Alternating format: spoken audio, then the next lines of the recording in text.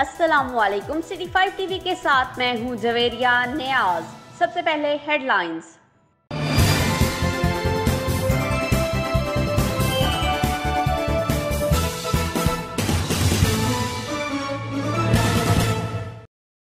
थाना पहाड़ियां वाले में तैनात इमरान बट्टा जोकानिया की बतौर ASI promotion. SHO Mohammad Akram हजन ने इमरान बट को बैच लगाई।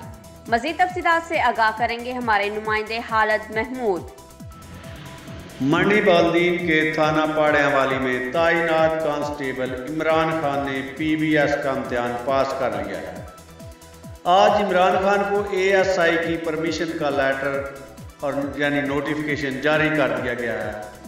इस खुशी में थाना पहाड़ियावाली के SHO मोहम्मद अकरम हुज्जन साहब ने अलविदाई पार्टी दी और इमरान खान की वर्दी को ASI के बैज भी लगाए। इस सिलसिले में SHO थाना पहाड़ियावाली मोहम्मद अकरम हुज्जन का क्या कहना है और प्रमोट होने वाले ASI इमरान खान पाट सकना चुकाली का क्या कहना है, आइए सुनते हैं उनकी जुबानी।